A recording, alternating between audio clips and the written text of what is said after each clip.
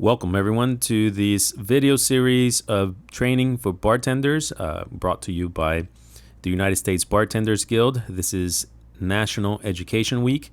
We had a sponsor with us, which was Topo Chico, our local rep, Rachel Bowie. I'd like to thank her for providing beverages and food during these seminars. We have 3 different seminars. We have a wine training for bartenders, coffee education for bartenders, and barrel aging. So I'd like to thank all of our presenters for taking the time to be with us and share their incredible amount of knowledge. I started working here about 12 years ago. I was working my way through college, kind of thought I wanted to do the whole communications side of things, thought maybe I wanted to be like a wine rep or a sales rep or something like that. And I was working in some like nicer restaurants to sort of like make some good like fast cash, but then part of it was I really enjoyed like the experience talking with the guests and being able to give people like that sort of like whole foodie experience. And I had a manager at the time who was really big into wine, and so that we had mandatory wine education, and it just really stuck for me. And so when I was thinking about what I wanted to do when I graduated, a friend of mine was like, well, if you want to do the whole wine rep side of things, you should start at this wine bar called 13 Celsius and like pay your dues, because it's a really cool spot. You'll meet a lot of people and you'll learn a bunch about wine, get to taste a bunch of cool things. So when I started here, that was totally my plan. It was like to hang out here for a couple of years and then leave. But opportunity presented itself early on for management and to take over the list, and I'm still here. So it's been pretty fun. And then, of course, we also have some really cool people like Thomas, who's been here for a long time as well.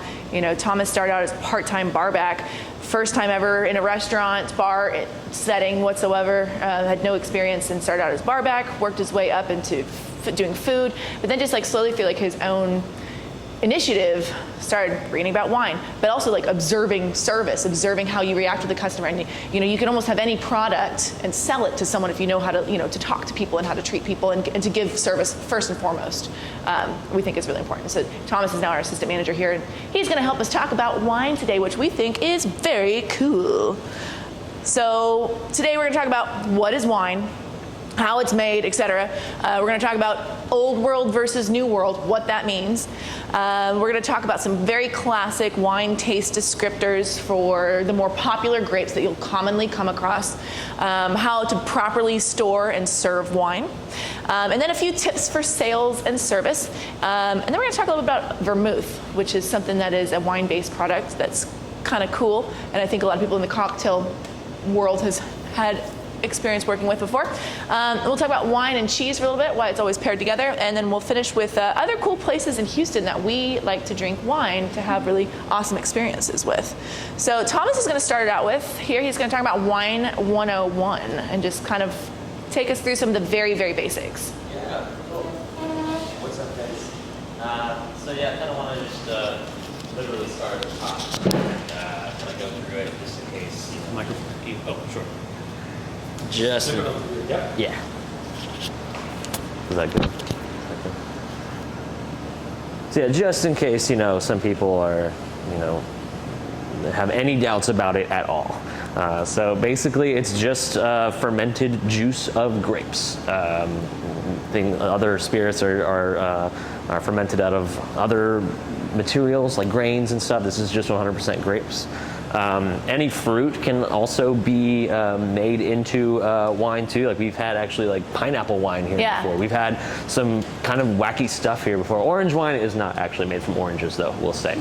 You can make fermented juice out of any fruit.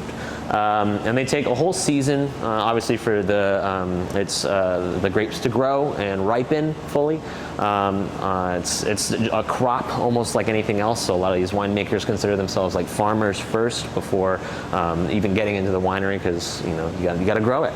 And so that determines your product, and that's kind of like the origin of like the vintage. The term vintage, like it was that growing season. And these grapes are a little bit different than the grapes you'll find like at the grocery store. You cannot really make good wine out of those, obviously. They're a little bit different genetically. They come from a genus called Vitis vinifera. And Vitis labrusca is the genus that you'll see that are like table grapes and stuff that grow like around New York and stuff like that. There are hybrids of the two as well, but pretty much all the classic grapes are made from Vitis vinifera. You'll see often sometimes some sparkling wines have a non-vintage or NV, sometimes you'll see on the label.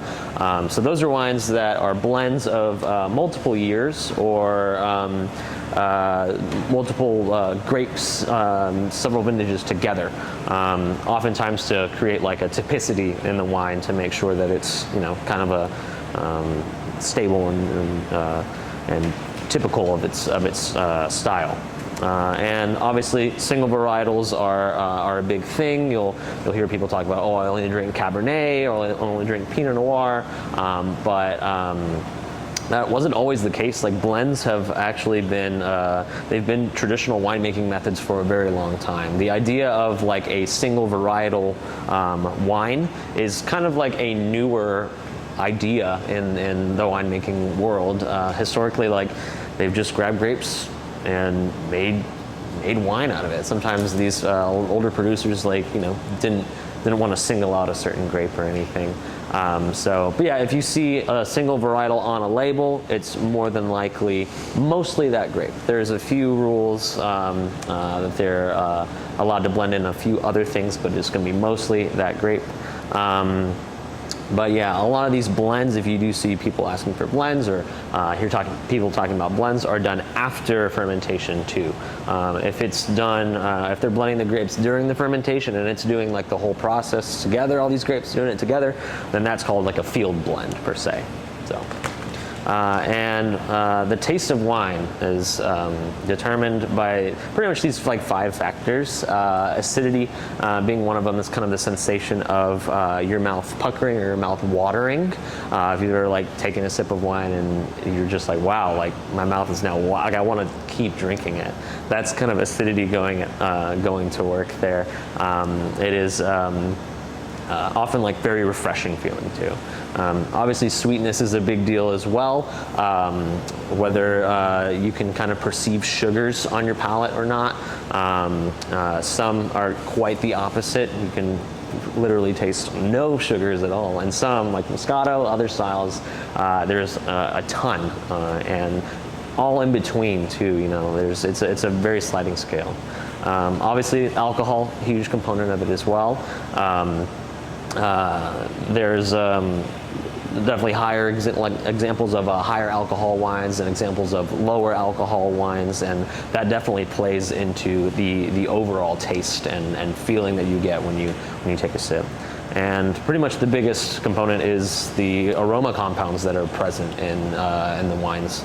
Whether they taste like, whether that wine ends up tasting like blackberries versus blueberries, or it tastes like kind of like leathery, has leathery or oaky notes. Those are all aroma compounds that are affected by the winemaking process too. Yeah. So how is it made? You number one have to pick the grapes. Sometimes they're done by hand, by field hands, and other times in some of these bigger wineries, they're actually done with huge machines that'll go through and just kind of like rake them all. It's a very lucrative process how these each winery decides how they want to do it. But first you pick them, then you got to crush them somehow. So they usually transfer them to some kind of press, or they'll do it by, sometimes they'll do foot stomping, as everyone's kind of familiar with. But more often than not, a lot of wineries are using mechanized equipment for this. So they'll put it into a press and then crush the grapes and get most of the juices out, and then you'll be stuck with the must. Then, depending on whether it's a white wine or a red wine, they'll take that must, the leftover skins, the seeds, and sometimes the stems of the grapes and the bunches, and they'll throw that back into the fermentation process for red wines. And then they'll inoculate the yeast. They'll get a yeast, throw it in there, and let it do its thing in a huge tank or in a huge vessel. Then after that, after the wine is made, the aging process kind of comes into effect. Whether what kind of vessels they'll age it in. A lot of times their wines are known to be aged in oak. A lot of people are into kind of oakier styles of wine. Pretty popular vessel, but you can also age in stainless steel. The tanks in which they're made too. After that, they're going to kind of fine and filter the wine, and then it's all up to bottling. And sometimes the producers will wait a certain amount of time to bottle as well. Some red wines need typically a little bit longer time to age before they reach the bottle, whereas white wines can be bottled and consumed pretty quickly as well in a younger, a fresher style. So. Yeah, loosely, that's how it's made. So there's different parts of the world where you can properly grow grapes to make really good quality wine. We call this the wine belt. And there's in the northern hemisphere, and then there's in the southern hemisphere. So basically between the 30th and 50th parallel in both hemispheres is like the perfect place for grapes can not only grow but thrive, and they can fully ripen. And you have everything pretty much in the United States. You've got all of Europe, a little bit of North Africa, South Africa on the very bottom too. China is also growing grapes now too. Crazy.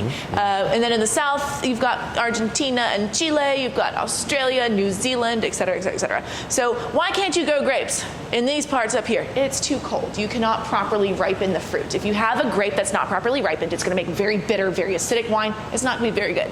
And then if it's too hot, you're going to have grapes that are burnt. They're not even potentially even just going to grow. It's too warm. Just like trying to plant any plant outside right now in Texas. It is difficult. Although Texas is in sort of that area for grape growing, I know that Texas wine is not something that a lot of people see on wine lists. I think it's still an up-and-coming region that's still working out some kinks. So, keeping that in mind, let's talk about how to read a proper wine label. And when we say what is old world and what is new world, you'll get these questions sometimes quite a bit. But here's some tips for that. So old world is anything that came from Europe, or that is from Europe, from Spain, Italy, France, Germany. That's old world. What is New World? New World is any country that the grape had to travel to get there due to either the colonization of that country or whatever. So, the grapes had to come to America. They had to go to South America. They had to go to Australia. Someone had to bring them there. They did not naturally occur in that region already. So that's what we call New World. In short, wines from the old world tend to be more terroir focused. Big wine nerd term there, right? Terroir means it has like a sense of place, a little bit more earthy. They tend to be more mineral driven as well. And then things from the new world tend to be fruit forward, a little bit more jammy, and very easy to understand. I'd say that new world wines are generally the more introductory flavors that people go towards whenever they're just starting out with wine. So let's talk about some of the old world style labels that you might see, and why sometimes wine can be very intimidating, especially when you're walking up and down a retail shelf and trying to figure out what you want to go with your steak dinner. So here's a label right here from Italy. This is Renata Rotti, 1996 Barolo. How are you supposed to know, if you didn't know anything about wine, what this is? Is this a red? Is this a white? Is it light? Is it full-bodied? This label doesn't really tell you anything, because a lot of European wines, it's not about the grape that's grown, it's the region that has the pedigree. And you're just expected to know where it's from, what it's supposed to taste like. You're also supposed to know that Barolo is a region that's very highly sought after for making wines based on the grape Nebbiolo. That also, when it's aged like 1996, is going to be very expensive and very fine on the list. Down here we've got an example from a label from Bordeaux, France. We've got Chateau Margaux, Premier Grand Cru Classé, also 1996. Smaller appellation, Margaux down there. Again, how are you supposed to know what this wine is? This is all your own self-study. It's kind of highlighting some of the main regions in the old world, France, Italy, and Spain, memorizing them and what grapes grow there. They're not going to tell you what grape is on the label. This here is a blend of Cab Merlot, Cab Franc, all together. And then here's an example of a label from Spain, from Rioja. This is Urbina, 1998, Reserva Especial. So wines from Rioja, are from Spain. Main grape here is Tempranillo. So the biggest thing about, don't be afraid if it doesn't tell you the grape that's on there. But if you know the region, Bordeaux, it's going to be a fuller bodied wine using Cabernet mostly. You don't necessarily need to know every single other little detail in order to sell it to your guest. So on the flip side of things, we've got New World wine labels. And New World wine labels, they put the grape on them. We've got Camus Vineyards Zinfandel, California. Tells you what it is right there. And so at least, that it doesn't necessarily matter where it's from. It's all about the grape. Same thing here, we've got Broken Wood Shiraz from Hunter Valley, Australia. It's going to be a Shiraz. It's going to be in the bottle. It's going to be a fuller bodied wine that's going to have some nice jammy notes to it. And then lastly on the bottom here, we got Montes Alpha Cabernet Sauvignon from Chile. So that's commonly what you'll see is New World wines have the label with the varietal printed on there to kind of help you. So the thing is, a lot of these appellations and a lot of these parts of the world are not as established, well-known, super famous wine regions. They don't have hundreds of years like Bordeaux, Rioja, and Barolo do that have that pedigree behind them. So let's talk about some grapes then, if we are going to kind of gather what is full-bodied, what is light-bodied. When your guest comes to you and says, I want this, that, and the other, and you pour them just a generic Cab, and then they're going to be like, this is not what I asked for at all. It's also having just a little bit of a knowledge of some key grapes in your pocket. Have them arranged here from fuller to lighter bodied. Now, what do you mean when we say full to light bodied? A good comparison that a lot of people use in the wine biz is you compare it to milk. Full bodied, think about whole milk, how it coats every single part of your palate. It's weighty, it stays for 30, 40 seconds. Then think about skim milk. It's light, you get a little bit of flavor, and then it washes clean. So we say those are more light bodied wines. So starting with some of the full bodied ones, Cabernet Sauvignon, probably one of the most famous grapes right here. This is a big, full-bodied, high in tannin. Usually see some dark fruit flavors, black currants, black cherries, blackberries. Also, Cabernet is oftentimes aged in oak, so you're going to get those spice, that cedar, sort of that graphite baking spice. Do you remember being a kid and going up to the pencil sharpener in class and that one that's attached to the wall, that smell of that graphite pencil? That is oftentimes something, an indicator of a wine that has been, newly oak aged. After that, we've got Syrah or Shiraz. Definitely makes medium plus to full-bodied, dry style wines. Syrah is it's the same grape as Shiraz. Shiraz has come from Australia. Syrah, they'll call it from the New World in California or from France. This is where you get more black fruits, plum, blackberry. What's really interesting about Syrah and Shiraz, the non-fruits of chocolate and vanilla, but there's also a very pronounced pepper notes to it that only really occurs in a handful of grapes, and Syrah naturally has lots of pepperiness to it. Then we got Merlot. There's this movie called Sideways. I remember that movie. Completely ruins the Merlot industry for lots of people, and no one wants to drink any stinking Merlot. But at the end of that movie, his prized possession is 100% Merlot that he drinks out of the little to-go cup from the fast food place. Merlot definitely gets a bad rap. Merlot is very delicious. Merlot is oftentimes in really good blends. But Merlot by itself has really taken, I know from our staff point when we were doing some blind tastings, takes you back to this is good, I like this. What is it? It's a Merlot. We're so for some reason, listening to popular culture, thinking that Merlot's not good. Merlot's delicious. It's basically a softer version of a Cabernet Sauvignon, but with more chocolate notes to it. It's more chocolate-covered cherries. I would say this is definitely on the medium side of things. You'll find Merlots in Bordeaux blends. You'll find them from California. You might find it from South America. And then next, we have Zinfandel, which definitely is a New World grape varietal. You're not going to see Zinfandel in France. You're not going to see Zinfandel in Spain or anywhere else. You're going to see primarily in California. That's really become California's grape claim to fame. And when people ask for a Zinfandel, even though we don't have any here on the list, usually by the glass, we have a couple sometimes by the bottle, but it's not something that we carry here very often.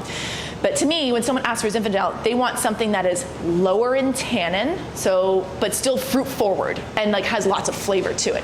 So they're not going to like a cab because it's going to be too strong, too bitter, you know, too tannic sort of thing. So Zinfandel, jammy, strawberry, blackberry, almost has like a peach yogurt is one of the indicators for Zinfandel. Sweet tobacco, a little bit of cinnamon, and it's more definitely on the medium-bodied side of things, so you're not going to have as much tannin to it. And then lastly, we'll talk about Pinot Noir. Definitely the lightest dry style wine on this list. Pinot Noir should always have red fruits that come first. It's also going to be the lightest in the glass and the color. You're never going to have a full-bodied Pinot Noir like that compares and can stand up to like a Cabernet Sauvignon. It just doesn't exist because the grape itself is very finicky. It doesn't grow in every place. It prefers dark, dank, cool environments like these rolling hills of Burgundy or tucked away in like little corner pockets of like some cool climate vineyards in California or even as far north as Germany.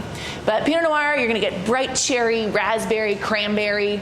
You're also gonna have really good acids. It's gonna make your mouth water. It's gonna be a little bit more tart. But Pinot Noir is one of my favorite grapes and a lot of other wine nerds' favorite grapes because it has this ability to transfer terroir in the glass. So depending on where Pinot is from, California, Oregon, Chile, Germany, whatever, France, it has this ability to sort of like give you a time and a place of where it's from. You can really taste the earth underneath Pinot. And that's why a lot of people have immense collections of really cool Pinot Noirs because it has that quality to it. Also has like a little bit of a floral thing and some spice depending on if it's been oak aged in new or old oak flavors. So again, if your guest is asking for a full-bodied red, you want to stick over here. Medium, the Merlot Zins, and then lighter, the Pinot Noir sort of side of things. So then, of course, every single wine program might not have these 5 main varietals on them. They might have other grapes. And just like a program that has 50 different whiskeys, what's the difference between them all? It just takes a lot of tasting and studying and trying to find something that compares to maybe something that is recognizable to the guest. So it's like, oh, I might have this other wine. It's going to be like a cab. And those are kind of like keywords like, oh, I like cab. I will like this Aglianico from Italy, you know, like this very obscure kind of thing. The same thing I think you guys could say is if you're recommending a certain whiskey or a certain gin to someone, it's like, oh, this is like Hendrix. Oh, I like Hendrix, but it's more botanical or something, you know, whatever. I'm throwing some things out there. Wine is kind of the same way, and it takes years of study, but it's a lot of fun because you get to drink really cool things along the way. Mm-hmm. Then we've got a couple white grapes as well, I think worth mentioning that you'll find. Thomas, you want to talk to us about Chardonnay? Yeah, sure. Yeah, I'll flip over and talk to you all about these. Chardonnay, I feel like is very commonly asked for. A large portion of people that like Chardonnay tend to like the winemaking style it's used, which is aging in oak. That gives it that kind of like buttery popcorn, like oaky vanilla type thing, and that is pretty much primarily exclusive to like New World winemaking regions. You'll see that very often. But it is a dry wine. Chardonnay is also always a dry wine. It can be like very full-bodied, but it can, if it's aged in stainless steel, if it's aged without this oak factor, it can be a little bit more medium-bodied too, and maybe a little bit more fruit-driven. But some really nice kind of like citrus and some pineapple come out. Sometimes you get a little bit of lemon in there too. Depending on the region, whether it's warmer or colder, definitely Chardonnay is a very expressive grape, and it's, you know, I feel like sometimes gets a bad rap like Merlot does too, but Chardonnay is an absolutely delicious grape too. When it's done right. When it's done right, yeah. But yeah, very like it's a very rich wine, so that's why I think people gravitate towards it. Another super popular option, Savion Blanc. Sauvignon Blanc is grown pretty much everywhere in the world. It's grown in almost every corner that you can think of, every winemaking region. Most Sauvignon Blancs are going to be dry. I would say most winemaking regions make a like bone dry style of it. And it's going to be a little bit more medium to lighter body depending on where it's coming from as well. You get some really cool like grapefruit, stone fruit, and some neat passion fruit out of there. You will have some like non-fruit flavors that show up more notably in New Zealand. You'll find Sauvignon Blanc grown from there. you get a kind of neat grassy characteristic out of it as well. We also have a Chilean Sauvignon Blanc here at 13, and a really big factor in that wine is a little bit of some like green pepper, or almost like jalapeno, which is very characteristic of Chilean Sauvignon Blanc. So little notes of how the terroir kind of like comes into play. And then moving on to Pinot Grigio, there's also called Pinot Gris, if people ask you for that too. Pinot Grigio, obviously originating in Italy, which a lot of unique grapes do too. So definitely dry, medium-bodied or so. A lot of cool peach, lemon, and some kind of cantaloupe and like tree fruits. You will get some kind of like stony minerality sometimes from these wines too, but they're like very clean, very straightforward, and usually just very refreshing and not too, you don't have to think too hard about drinking Pinot Grigio or a Pinot Gris. So bringing us to Riesling too, definitely one of the Somm's favorite grapes, another favorite from Somm's, because Riesling is in fact very versatile as well. It is more often seen in like a sweet, lighter bodied style, although it can be vinified into a dry style as well. But the expressiveness of Riesling comes into play when we're thinking about like aromatics as well too. Aromatics just mean that the grape, or rather the wine, has a lot of smells going on. Riesling is extremely floral. It has kind of like almost a petrol or gassy type thing. You get some like jasmine and honey and very bright flavors that almost jump out at you in the glass. Riesling is a very, very beautiful, a very pretty wine, I would say. But yeah, you get a lot of that kind of like lime and some like green apple, some neat peach in there too. Some you get like peachos, like peach rings. It's definitely a very, very unique grape. More often than not, people that like Riesling will like a sweeter style of Riesling. But in rare cases, you can, actually not that rare, but in other cases you can find drier styles of Riesling as well, which a lot of people do gravitate towards too. But yeah, those are some of the big four. Big ones Definitely. to look out for. Mm-hmm. Yeah, I mean, to break it down, I'd say, if someone comes up to you and they say they want a Chardonnay, it means that they want a fuller bodied white that has some oak on it. If they come to you and they say they want a Sauvignon Blanc, they're just looking for like a white wine that's crisp and dry and has good acid. It makes their mouth water. Someone says they want a Pinot Grigio, they basically want a wine that tastes like water. They don't like flavor. And of course, usually if someone asks for Riesling, it's because they want something sweet. Let's talk about sweetness for just a little. People are afraid of the word sweet. They're like, oh, sweet, no, I don't want that. And the difference sometimes we'll say is like, oh, it's a very fruity wine. Might mean that like a wine has like flavors of like fruit, like very ripe fruits, but it's not sweet by any means. Almost all wine that's quality is fermented to full dryness. So when people come in and they say, I want a sweet red, that doesn't really exist in the quality wine world. Quality being the key factor here. Of course, sweet wines do exist that are red, that are out there on the grocery store shelves, but those are not really considered quality wines. And so when you're in a place, how to not make your guests feel alienated or to sound too pompous or anything like that, sometimes we will suggest ports or other fortified wines that have a little bit of residual sugar left in them. However, port is very high in alcohol too, so sometimes people don't want that strong of flavors. But Riesling is always usually a go-to wine that has residual sugar that is sweet. It is also an entry-level wine too. People start with Moscato, they start with Riesling, and then they work their ways up. Just because sometimes wine can be very bitter ultimately, and as you get older, your palate for bitter becomes better. And the more wine you drink, the better also too. So just kind of an overview of some main wine making regions. Italy is my love. We love Italian wine. The main grape that you'll find here is Sangiovese, and styles generally are more earthy, terroir focused, sometimes a little bit funky. The reds always have really good sense of place to them, along with like good tart fruit flavors. For whites, that's where the home of Pinot Grigio and Prosecco is from. And then from France, of course, we've got Merlot, Cab, Chardonnay, Savion Blanc, Pinot Noir, everything. Everything comes from France at some point. They make excellent wine all throughout, north, south, east, west. France is excellent. And then, of course, we've got wines from the United States. You're mostly going to find those in California, and that's where your Cabernet, Chardonnay, Pinot Noir comes from. There are really cool, interesting Rieslings from the Finger Lakes in New York, which I highly recommend you look for. And then, of course, a little bit of Texas wine that I think is still up and coming, still trying to figure it out. And then Spain also makes bigger, fuller-bodied Spanish reds. A lot of times, I'll start people out if they like California Cab and they want to try something different. Spain's a really good entry-level place because they do tend to use a lot more oak, and they tend to have riper, fruitier wines because it's so hot in Spain. They can ripen the grapes just a little bit more. So I would definitely say like entry-level, then Spain, then France, then Italy.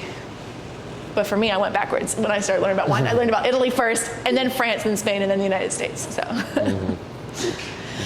All right, so let's talk about storage because it's very important. Like wine doesn't like light. You need to keep it in a dark place as it's being stored, even if it's open or if the bottle is fully closed. You need to keep it in a cool place, whether it's just like a dark closet in your house or pantry, but something that the air conditioning doesn't really get too hot in. It really needs to stay below 80 something, 82, 83 degrees.